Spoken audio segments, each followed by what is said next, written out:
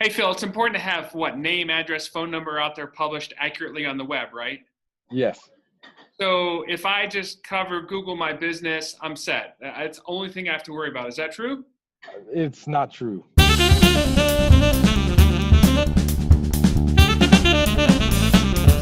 Yeah, so Google My Business is certainly a big piece of the local search ecosystem, and it does impact how you show up in the maps in Google. So right there after the paid ads, you have the local 3-pack or the map pack, and your Google My Business listing being optimized, claimed, and verified is paramount to being visible in that section of the search engine results page. But it's so much bigger than that. The local search ecosystem is made up of over 300 directories. Wow. And Google's looking, and here's the crazy part. Google is actually looking at all 300 directories, and they actually expect your name, address, and phone number to not only be visible and there and listed, but they expect it to be 100% correct. Across all 300. Across all 300, and it has to be consistent.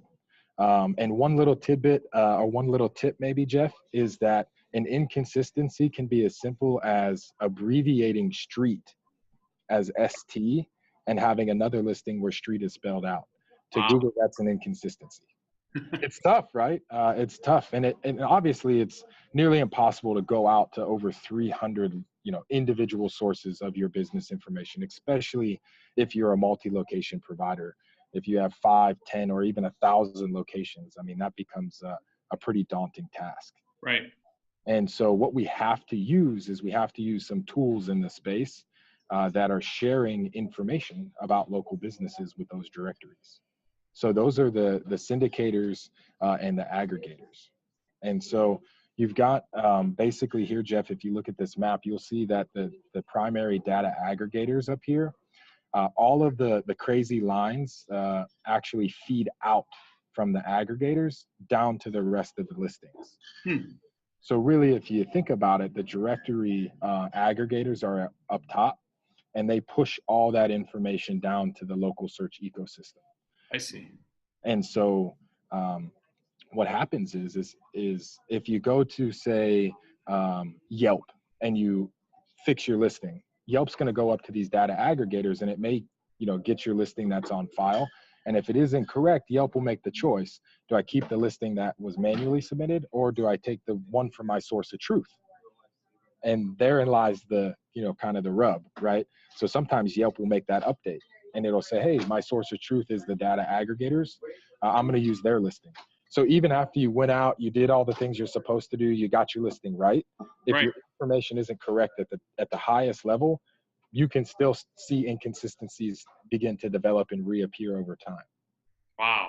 It's a very tough space to keep your finger on. But one of the things that we really talk through is that there's over 200 known, local SEO ranking factors. And ultimately, there's really kind of 3 areas that combine to make up kind of this local SEO piece. The one, as you touched on, is Google Maps.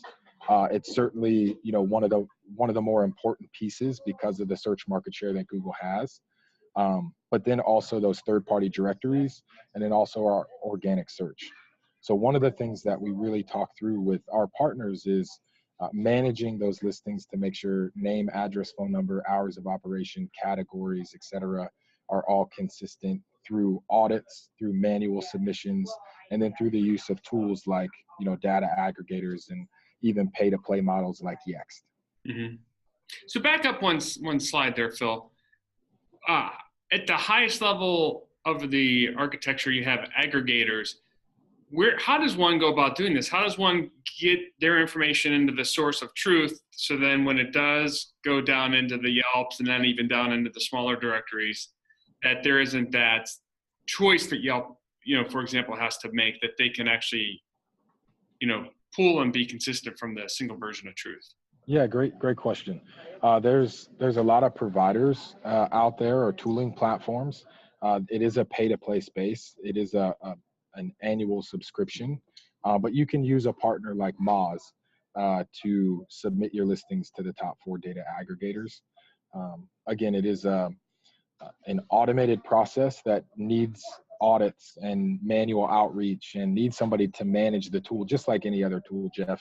Right. But, you know, there are tools out there that'll allow you to get your listings, you know, to the source of truth. Right. Just like anything, the tools are great, but it doesn't replace the actual human intervention or the actual degree of precision required to drive it and make it most effective. Absolutely. Absolutely. And what we just touched on, there's over 200 known, and those are just the known, you know, ranking factors. To execute on a strategy that touches those factors is definitely going to take more than a tool. The local search ecosystem, the correctness of your name, address, phone number, Jeff, makes up over 30% of how you rank in the map pack and over 15% of how you rank in the traditional organic listings. So, you know, local SEO, your, you know, local listings management, again, outside of Google My Business, is really a huge part of your, you know, search engine optimization strategy. And it really needs to be one of your major focuses, especially in the early goings of any SEO program. Thanks, Phil. This was amazing. So helpful. Appreciate you sharing this information today. Yes, absolutely. Thanks, Jeff.